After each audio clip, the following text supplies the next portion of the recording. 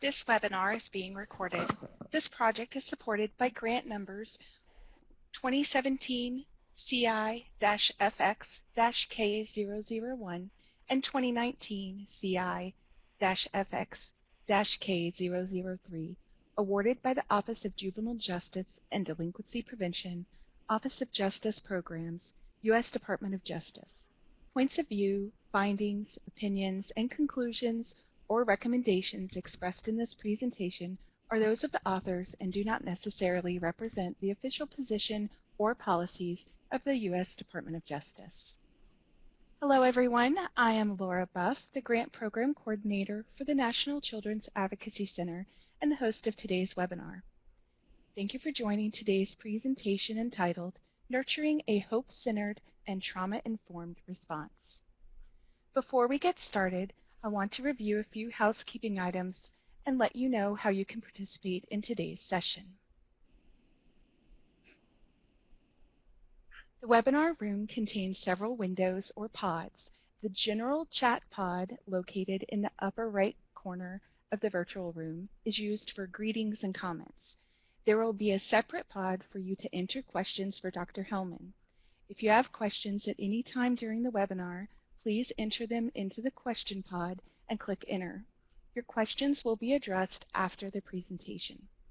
Please note that the text size of the chat window can be adjusted to your liking. Also, if you are joining this webinar as a group, please let us know by typing into the chat pod the number of participants in the room with you and what state you're from. In the window with the presentation slides, the drop-down menu in the upper right corner provides the option to view slides in a full screen window. Full screen can then be turned off again from the same drop-down menu. Our moderator today is Karen Hangardner, licensed master social worker.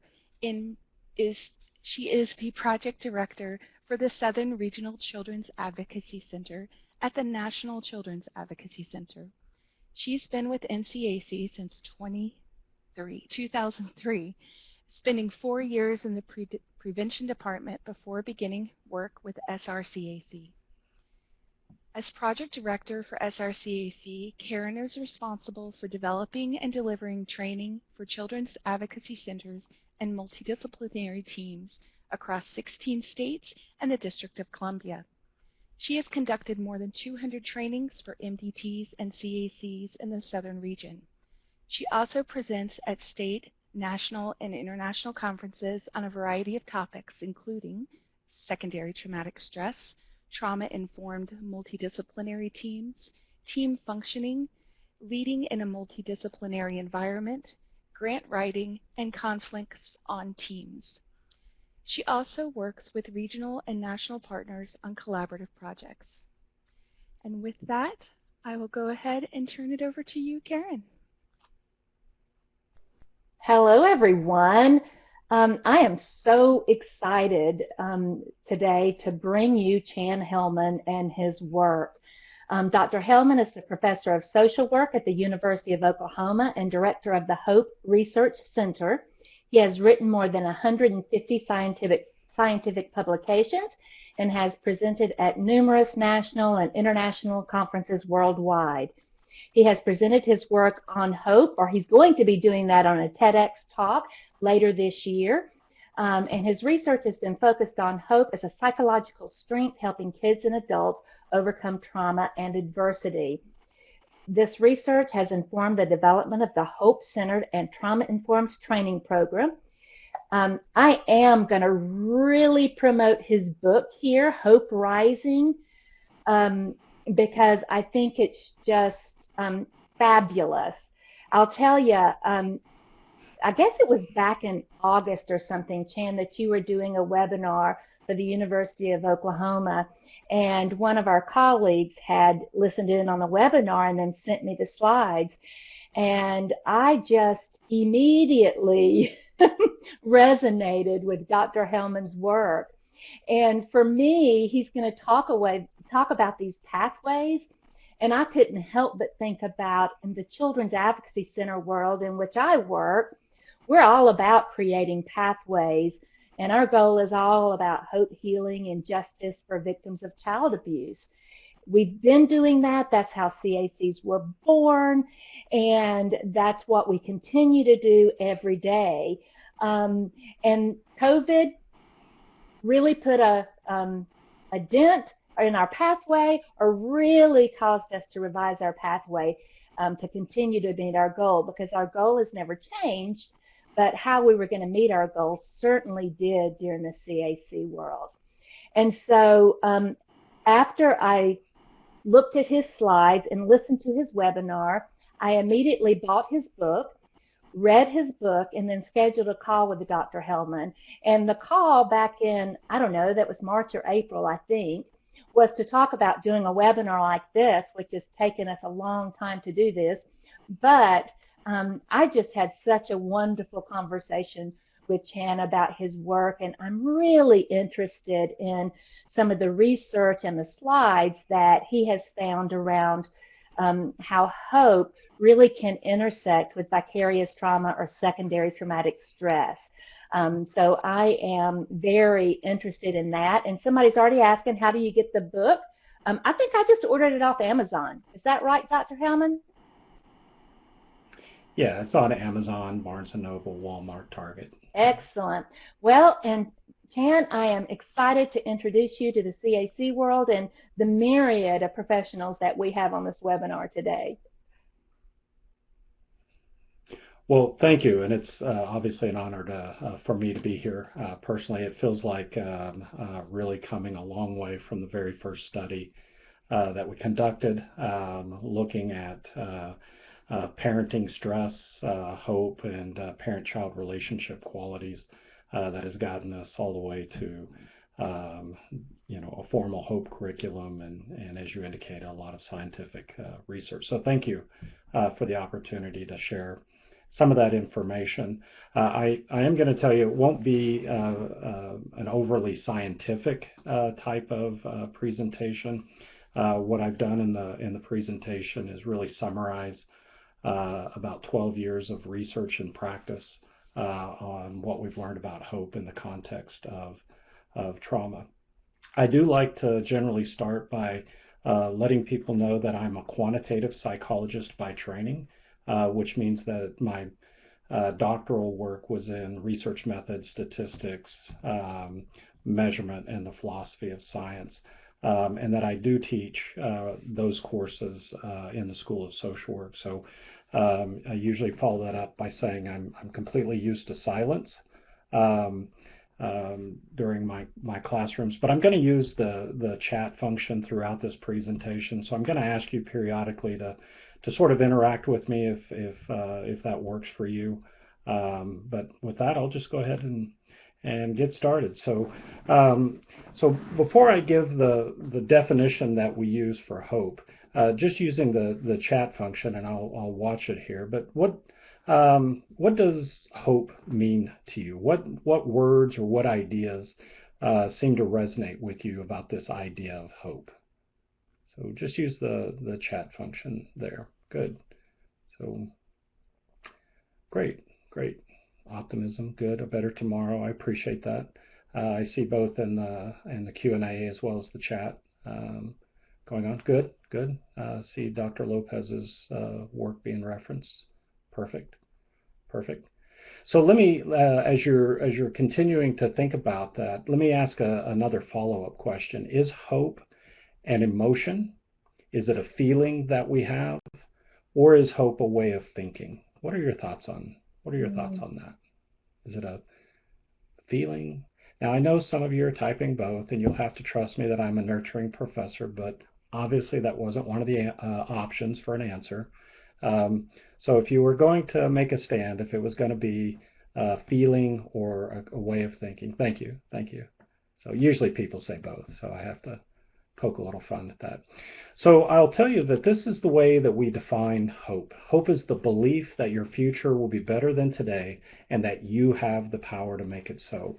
So we treat hope as a way of thinking. And the reason that is so important is because hope can be taught. Hope is something that can be learned, and hope is something that can be taught. We believe that emotion or the feeling part of hope is actually an outcome of that process. Now, the reason this definition is so important to think about is that if you look at the very first part, hope is the belief that your future will be better than today. If we stopped there, then that is really optimism. That is really just a positive perspective of the future. It's the last part of this definition that is so important, that you have the power to make it so. This means that hope is about taking action to pursue that future. Now, what my work has been focused on is how trauma and adversity influence our belief that we have the power to make it so. Now, the simplicity of hope is what I truly love about this science, and I do follow the work of Shane Lopez and Rick Snyder before him. So this is that framework. So hope is grounded in three really simple ideas: goals, pathways, and agency. I prefer to use the word willpower, but the psychological term is agency, which is the mental energy and the control and the motivation that we have to pursue those pathways. But if we think about these three ideas, goals, pathways, and willpower, goals are the cornerstone of our ability to hope. So everything that we do, from the moment you wake up until the moment you go to bed, we are pursuing goals in our lives. They can be in the short term or the long term. The important thing is that they must be valued, that we must desire those goals. So the question with hope is whether or not we have the pathways. Pathways are those mental roadmaps or the strategies that we have to pursue those goals. Pathways thinking also includes our ability to identify potential barriers and to begin the problem-solving process to either overcome those barriers or to find alternative pathways.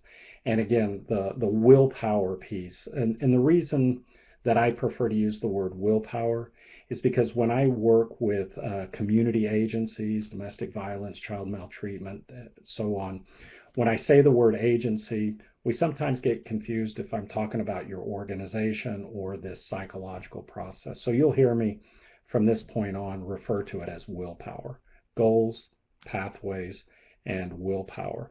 Now, one of the things that I do want to highlight about, I'll go back to this slide, that I do want to highlight about what we've learned from this idea of trauma experience with both children and adults, is that individuals who tend to score higher on trauma experiences or these adversity experiences, and oftentimes score a little bit lower on hope, it's the nature of those goals that become somewhat influenced. So as an example, what we've learned is that a higher trauma individual, somebody experiencing that trauma, is more likely to set an avoidant goal.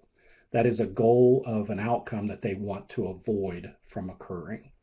Whereas higher hope individuals are much more likely to set achievement-oriented goals. So that is a really important distinction in that process. What we've also learned is that higher exposure to trauma really influences our ability to identify those pathways. This is especially true with children who have fairly limited control over their environments anyway. But when we begin to introduce issues around child maltreatment, the predictability of their environment can be degraded as well. So trauma influences the goals that we set, the pathways that we have, and tends to reduce that willpower piece. I'll go into that a little bit more deeply. So goals, pathways, and willpower, those are the core components of hope. Now, it's important to recognize that we have to have both pathways and willpower to be considered hopeful. So it may be that I'm highly motivated for the goal, but if I don't have the pathways, then I would be considered lower in hope. Now, alternatively, if I have the pathways available to me, but I'm not really motivated for that, again, I'm lower in hope.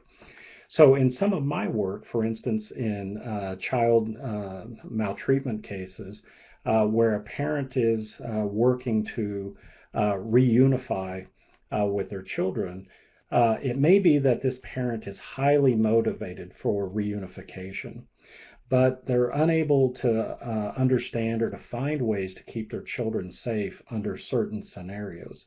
So that would be that lower hope type of example. Now, if you think about these three components, goals, pathways, and willpower, what I want to highlight is that once I started to think about these three ideas, this nature of hope, what I began to realize is that I think that this language of hope is the single best predictor of the work that you do. Your centers, your programs have goals, and your program services, whether they're evidence-based, best practice models, your program services are in fact pathways to those goals. The really difficult work is the willpower piece, getting the clients motivated to not only begin pursuing those pathways, but to sustain that pursuit, especially when they begin to experience adversity. So I actually consider your programs as pathways of hope. I consider that each of you and the work that you do as pathways of hope for the children and families that you serve. Now, just thinking about this kind of new language of hope, of goals, pathways, and willpower, what I'd like for you to think about is the way that we typically use hope in our everyday language.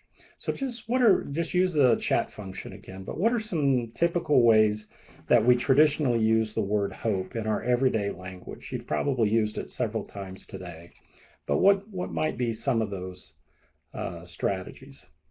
Right. I want some hope this day hurries up. I like that. So I'm from Oklahoma. And in Oklahoma, it's not uncommon for us to have tornadoes. So I might be likely to say something like, I hope there are no tornadoes today. I hope that you're well. And I'm seeing many of the statements there. So what I want us to recognize is that we oftentimes use this word hope when in fact what we really mean is a wish. So how does wishing and hoping differ? So when we have high motivation, high desire for a particular outcome, but we don't have the pathways, that's actually the definition of a wish. So I should be saying things like, I wish it wouldn't rain today. So hope is about taking action to pursue that future. Whereas when we have a wish, it's passive towards the goal. And I'll tell you, the curriculum that we've been working on is really built upon these strategies of helping parents, children, families transition from a wish to hope by giving those action strategies, action steps, goals, pathways, and willpower. Now, from my perspective, this is the most important slide in the entire presentation. And so I'm going to ask us collectively to really explore this idea of hope in our own personal experiences. And so thinking about goals, pathways, and willpower, and how those three ideas kind of intersect with us. So what I'd like for you to do is just, again, I'm going to ask you to use the chat function here. By the way, on this particular slide, there's going to be about 3 or 4 of the guiding principles that we need to understand in nurturing hope, and I'll point them out. But let's take this particular hypothetical scenario, and what I'd like to ask you is, and just type in the chat function, how many of you know how to drive a stick shift or a manual transmission vehicle? How many of you have made that attempt? Great. Thank you. And first of all, let me just say, I really appreciate you being engaged in the chat function. It makes it so much easier for a presenter, so I do appreciate that. So many of you do, and some of you don't. So let's take this hypothetical scenario. Our valued goal is that we want to drive a car. the only pathway that's available to us is a stick shift car. So if we want to achieve our desired goal, which is to drive, we're going to have to navigate this stick shift car. Now, before I jump into that, what I'd like to do is, for those of you who responded no, that you don't know how to drive a stick shift car, I'm going to ask you to participate a little bit further in this chat function. So for those of you who are saying no or who have not had that experience, let me ask this. Can you picture yourself sitting in the driver's seat of a car that has a manual transmission? Can you picture yourself sitting in that car? And as you're picturing yourself there, can you imagine looking down and seeing the three pedals, the gas, the brake, and the clutch? And if you look over to the right, we'll see the gearbox. And let me further ask for those of you, can you actually imagine yourself driving successfully or not? Can you picture yourself driving that stick shift car? And I greatly appreciate, again, the participation. Here's the first big guiding principle with hope. Imagination is the instrument of hope. And I'll say it again, imagination is the instrument of hope. So when we're nurturing hope with somebody, a child or adult or family, the idea is we have to begin that process of them seeing themselves in that scenario. They see themselves pursuing that future. That imagination begins to give us a perspective of the future. And that's generally where we start. So for all of us, as we're going to go through this process, let's remember that very first attempt. And what I'd like for you to do is just lean in for a few seconds and remember the anxiety, the fear, the excitement. I'd like for your palms to start sweating a little bit as you remember that very first example. And so we've got the car started. We've got the clutch depressed. Let's add a little bit of adversity to our lives. Let's say that we're on a slight incline hill, and that parked immediately behind us is a brand new Lexus. Let's just say that car is parked immediately behind us. So in this moment, as we're going to drive this car for the very first time, we've got the car started. Again, we've got the clutch depressed. We've got the brake pushed. And in that moment, please use the chat function again. In that moment, as we're starting to let that clutch out for the very first time, what I'd like to ask you is, what is our goal in that moment?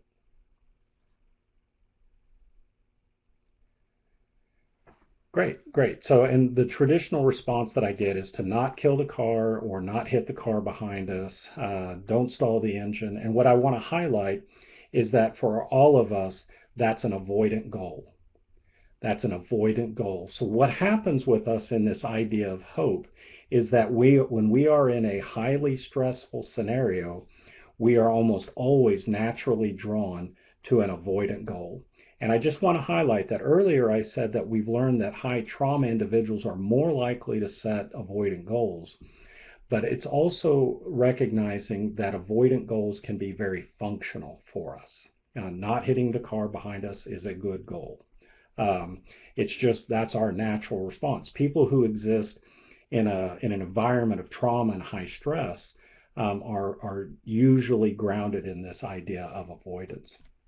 So as we let that clutch out for the very first time, let's say that we didn't hit the car behind us, but we actually stalled the engine. We killed the engine. So what I'd like to ask you is, when you killed that car, that engine, for the very first time on that attempt, that is, we failed in our attempt, what was going through your mind? What were some of the things that you were telling yourself? And what I typically hear, and my own experience as well, is, I can't do this. I'll never be able to do this. They will never be able to let me do this. And what I want to tell you is that this is the self-talk of a lower hope individual. And what we've learned is that this can become very harsh. And what high trauma children tend to internalize those failures. I'm so stupid. I'm a loser. Now, what I'll ask you in this scenario is this idea of, did you quit? And the answer for many of us was no. And here's the next important takeaway. The more we desire the outcome, the more we're going to face adversity to try to overcome it. The more we desire the outcome, the more we're going to face adversity to overcome it. So we have to recognize that the people we're working with have to desire the goal. It's not our goal for them, it's their goal. And so we start the car back up, we let the clutch out, and this time we lurch forward, we're actually driving, we're successful. And so because we had that successful temp, we're going to pull over, turn the engine off, we're going to try it again because practice makes perfect. So we start the car up, we let the clutch out, and this time we stall the engine again. But I want you to notice the changing nature of our self-talk. Because we had that one opportunity for success, our self-talk becomes, well, I've done this once before, I can do this again. I can do this. And here's the third important principle. Hope begets hope. Hope begets hope. And what I mean by that is that first opportunity for success demonstrated to me the future is possible. So I can do this. Now, I might still be an avoidant goal like don't park on a hill, but it's changing. And that's what I mean by hope begets hope. And so pretty soon we learn to drive and we're learning to navigate. And so if I can drive in an empty parking lot, I can drive in my neighborhood. If I can drive in my neighborhood, I can drive in the city. If I can drive in the city, I can drive on the freeway. Each new experience produces anxiety, but I know how to drive a stick shift car, so it's possible. The future will be better than today, and I have the power to make it so. That's the essence of this pathways piece. Now, the critical component is how well can you manage your willpower? Willpower is that mental energy, that our ability to focus that attention on that pathway pursuit. So if you'll remember, when we first let the clutch out, we had to be able to focus all of our attention on that process. Almost all of our willpower was required when we were first learning how to drive. Whereas today, it requires virtually no attention to driving. So the reason I like this example of these goals, pathways, and willpower is that if you can begin to think about your programs as pathways of hope for the children that you serve, for the families that you serve, my question is does your program make the assumption that that child or parent can dedicate all of their willpower towards those pathway pursuits? Because what we've learned is that willpower is actually limited. We only have so much mental energy that we can dedicate throughout the day. And as we're depleting that energy, we begin to lose areas around self-control, like self-regulating our thoughts, emotions, and behaviors. And what we also recognize is that the rest of life is also going on. So we have all of these other things that are also demanding our attention. And finally, what our research is showing very consistently is that trauma, unmitigated trauma, is not an attention detractor. It's actually a hope robber. It actually stills our willpower, that when we're in crisis, there's no way for us to focus our mental energy on those pathways. So we have to find strategies to settle the willpower piece. So just as a quick sort of example of that, our ability to focus our attention is sort of the essence of willpower. And what the research shows us, what our research is showing, is that our ability to focus our attention, if you take just a moment and just close your eyes for a few seconds and let your mind wander, and I'll just give you maybe 5 seconds to do that. Let your mind just wander.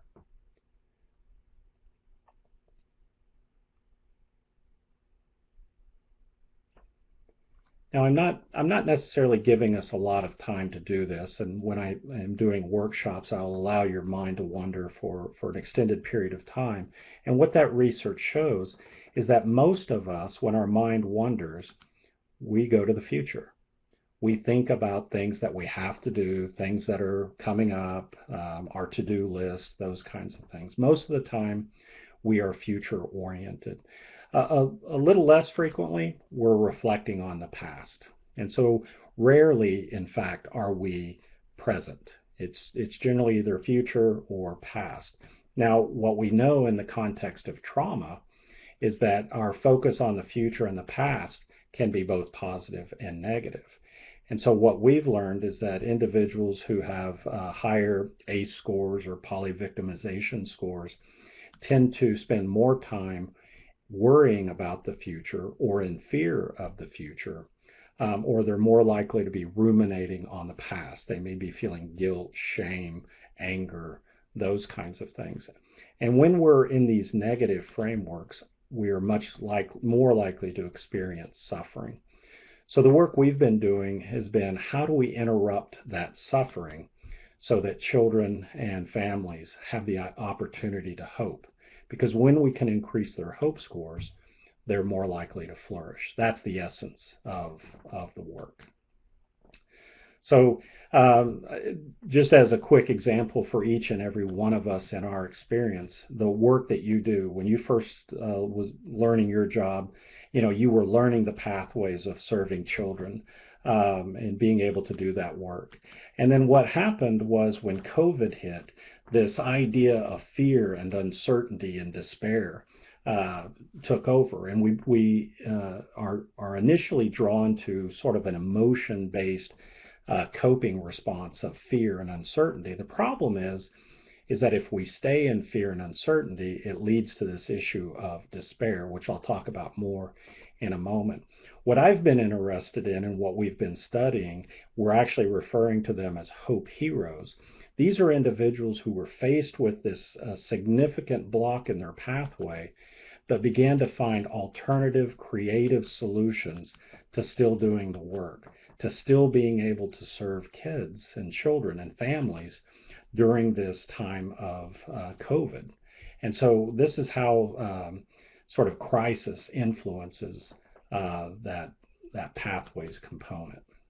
So again, how well can we focus our willpower during that time frame? So I ask this at every single presentation I've ever given on hope, hundreds of times all over the world. So just use the chat function again. But let me ask this. What is the opposite of hope? What is the opposite of hope? Good. Despair, hopeless, despair. Despair is the traditional response I get. All over the world, I get the same response. And again, you'll have to trust me that I'm a nurturing professor, but you're wrong. It is not despair. The opposite of hope is apathy. So this idea of apathy or hopelessness is when we've given up.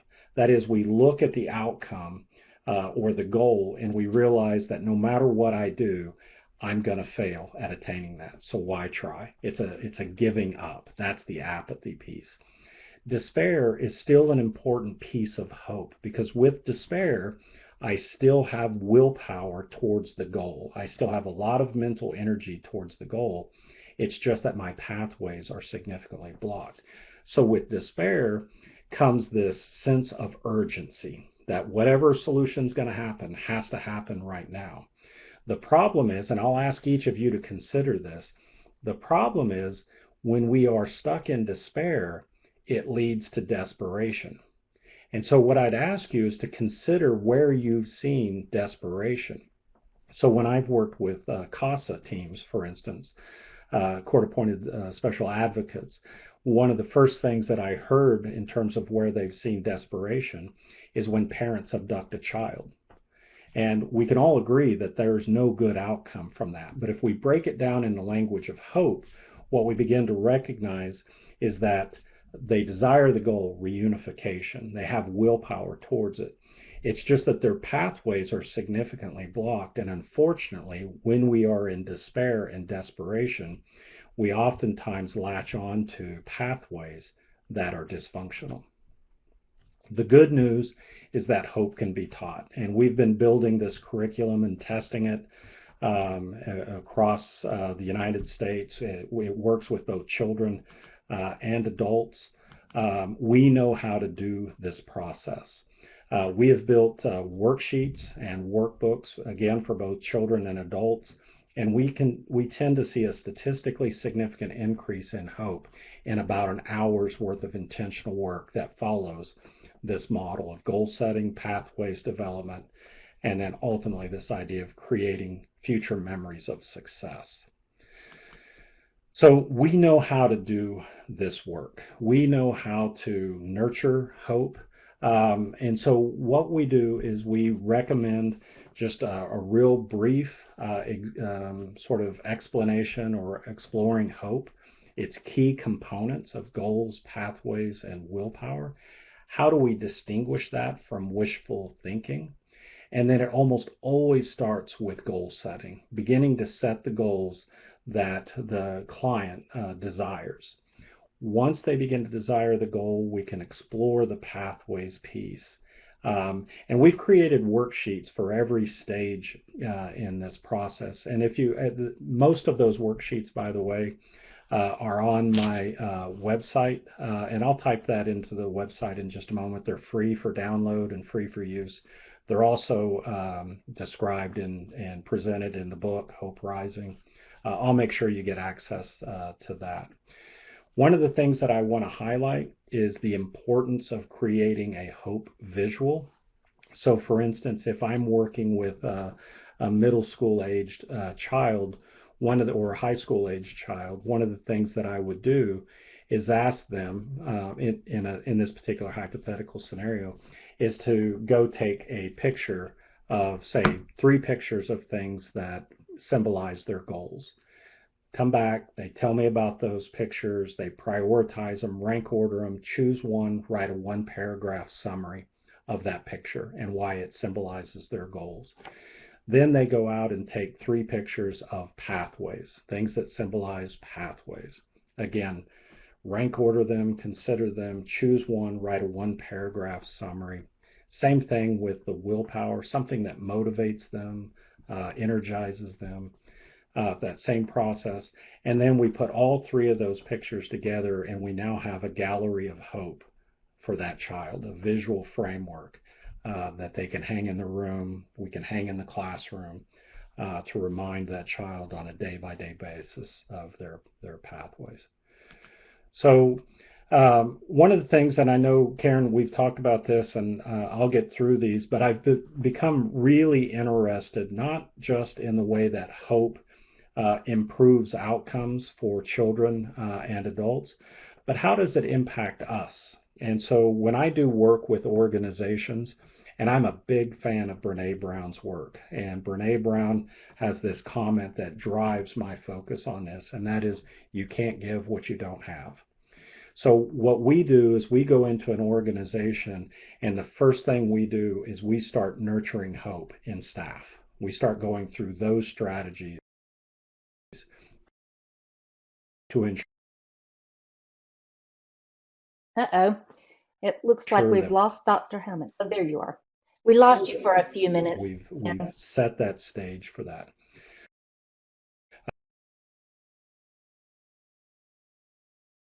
And here's what we're finding.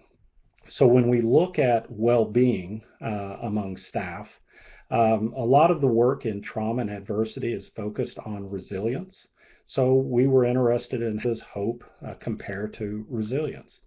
Now, a solid line represents a statistically significant relationship, and a dashed line is not significant. And here's what we found, that hope was a better predictor of staff well-being than resilience.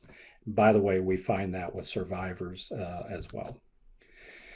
What was really interesting is that we began to see things like burnout was a detractor from a staff member being able to achieve their goal, but hope actually sort of counteracted that. The higher hope that a staff member has, the more likely they are to pursue and achieve their goals.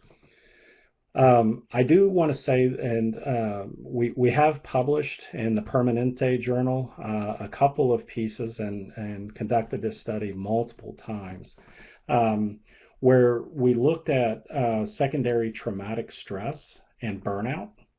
And obviously, the higher that level of secondary traumatic stress or vicarious trauma experience that we have, the higher the mental exhaustion, the emotional exhaustion, those indicators of burnout. But what we found in this study, and it was a nationwide study of child abuse pediatricians, and what we found is that their HOPE scores mitigated the effects of secondary traumatic stress. That is, the significant relationship between secondary traumatic stress and burnout basically went away when we introduced HOPE. So HOPE became a very significant protective factor for individuals who are day in and day out doing the work that each of you are doing. And we have replicated that time and time again with direct service providers. So again, from Brene Brown's work, you can't give what you don't have. This final, I think it's the final slide, or near final slide, is this idea of collective hope. This is kind of a new concept for us, but what I've learned is that if hope is important, 2,000 published research studies shows that hope is one of the single best predictors of well-being for both children and adults. So if hope at the individual is so positive, what does it look like as a collective within an organization? So amongst a multidisciplinary team, for instance, how do we begin to build and nurture this collective hope? Because what we found is that it was the single best predictor of the organization's ability to achieve its goals. And so that, I think, we're coming close to the end to get ready for a little bit of Q&A. So maybe, forgot this slide. When we increase hope, decrease burnout, and we tend to reduce turnover in organizations. So my favorite slide's this last one. At the heart of change is my ability to understand the way things are right now in my life, and that I can begin to imagine the way things could be. Thank you so much, and I'm sure all of you can now understand why I'm so interested and enthralled in Chan's work that he's done around hope, because quite honestly, in all of our work around secondary traumatic stress and vicarious trauma, this hasn't been a part of that. So I'm really excited about, what that looks like. So we've got a couple of questions coming up. The first one was, how can leaders encourage and inspire hope? Yeah, great question. And actually, when we work with organizations, that's generally where we start, is with the leadership team. And what we have created is this idea of hope-informed leadership. And so it's this idea of recognizing the importance of goals, pathways, and willpower. So the idea is in some of the organizations that we've worked with, it always starts with this goal setting. So we start with trying to understand and recognize the goals that employees have. So oftentimes we're concerned about this idea of alignment of goals, so that the organization's goals may not be necessarily aligned with the staff members' goals, and that can sometimes create conflict. But here's what we've learned, is that what's a goal for you may be a pathway for me. So as a real quick example, a good friend of mine is a district attorney in the state of Washington, and the simple kind of explanation might help. His goal is during the summertime to get his teenage son to mow the yard, and his son does not share that goal at all.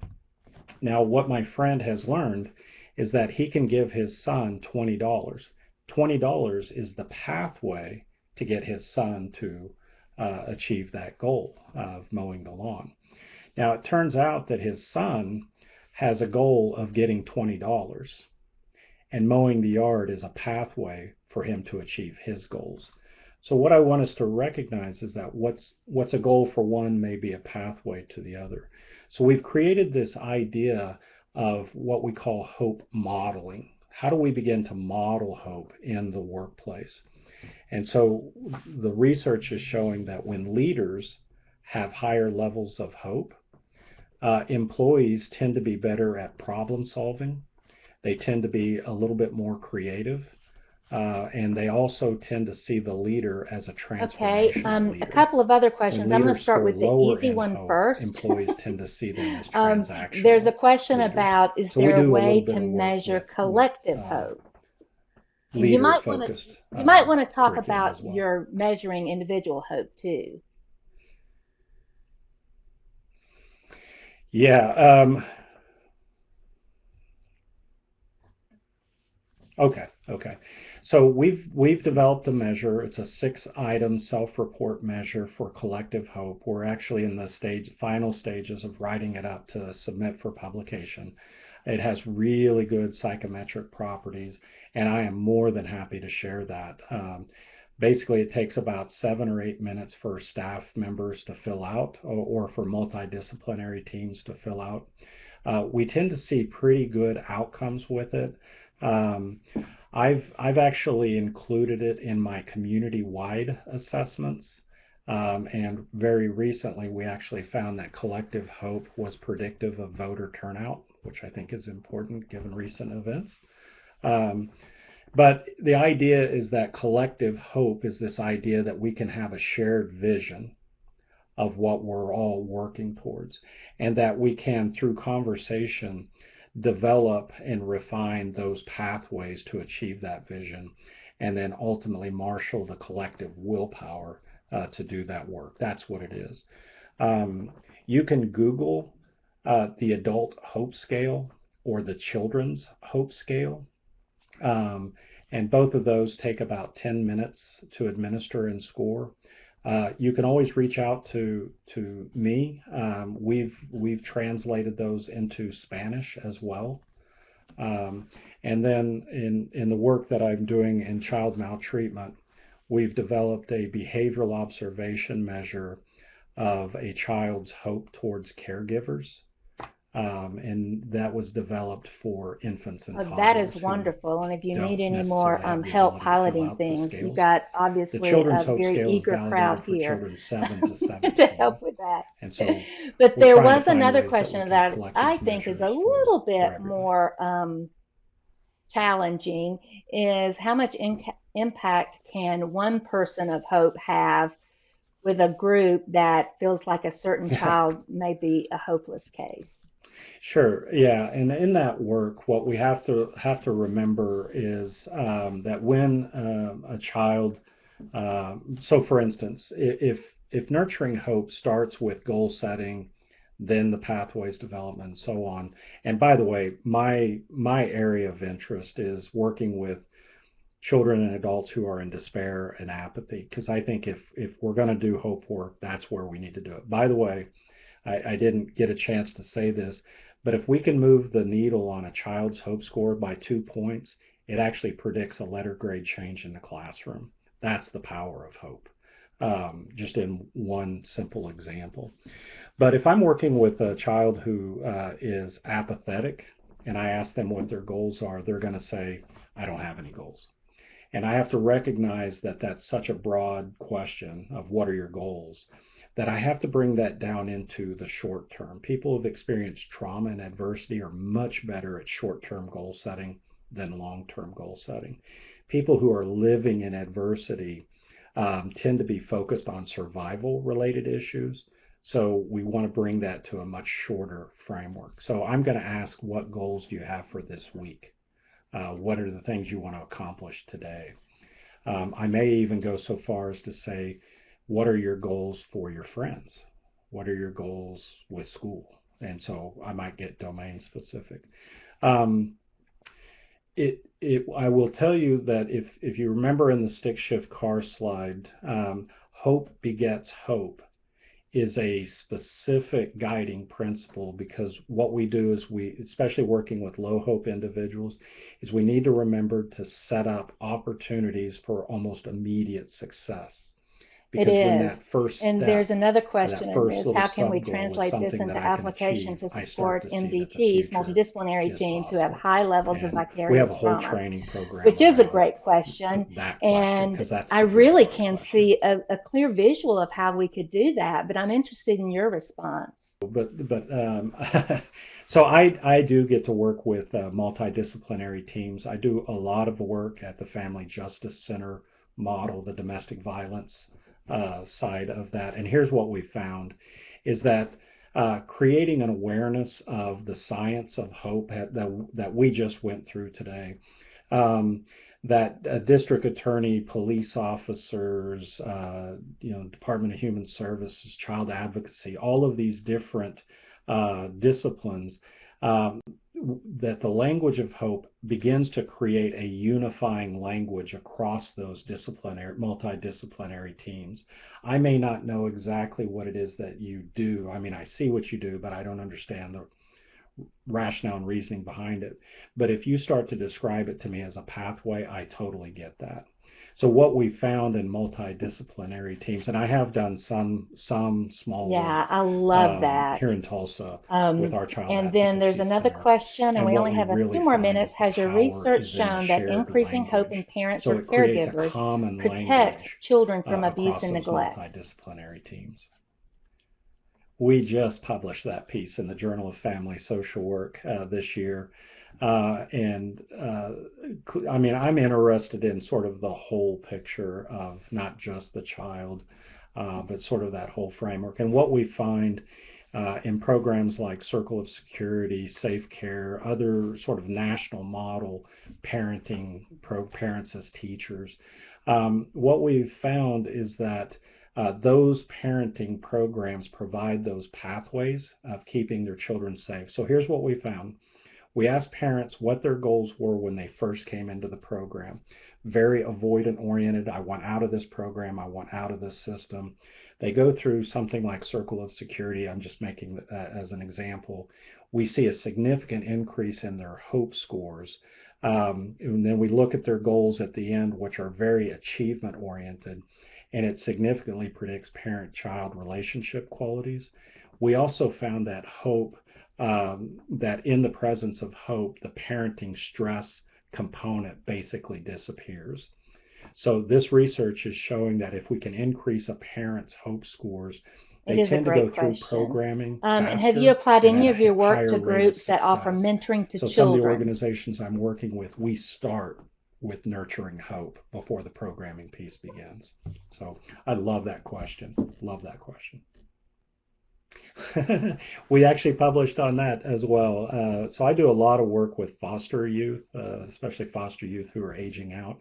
And we found that mentoring in particular became a very significant predictor of youth in care hope. And so, yes, absolutely. And one of the things, I've got to say this before we finish, hope is a social gift. Hope is something that is born and nurtured in the relationships that we have.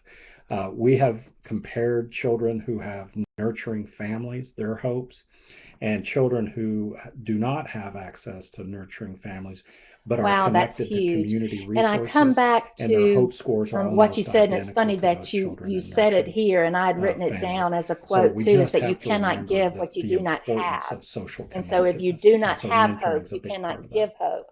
So I'm kind of curious about if each of us on this call today wanted to take a step forward, and how do we nurture hope in ourselves so that then we can learn better how to give it to folks.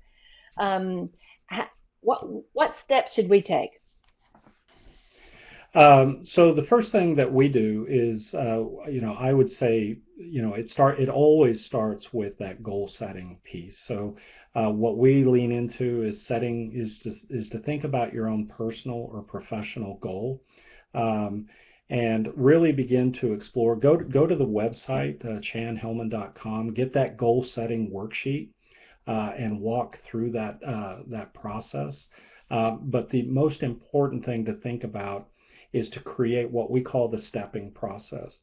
In order to achieve your goal, what are the 7 steps that you need to lay out, and just focus on that first step. I love Don't that. be I focused know on in a that lot long of the term. work we're doing Lean now into around that first secondary step traumatic stress as the vicarious goal. trauma, Because we once a talk goal about is micro achieved, it's nothing more than a practices. pathway And to so the I next like that idea. piece. It's just a small And step that that hope they'll begets hope eventually will add take up, but over. just focus on the small step.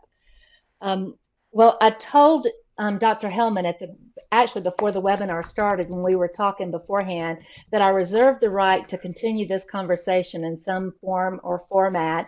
And I can tell by the responses in the chat and the questions that Right. you have, you guys would like to continue this conversation with Dr. Hellman as well. So we'll look for opportunities to be able to do that. I know he's got a couple of really big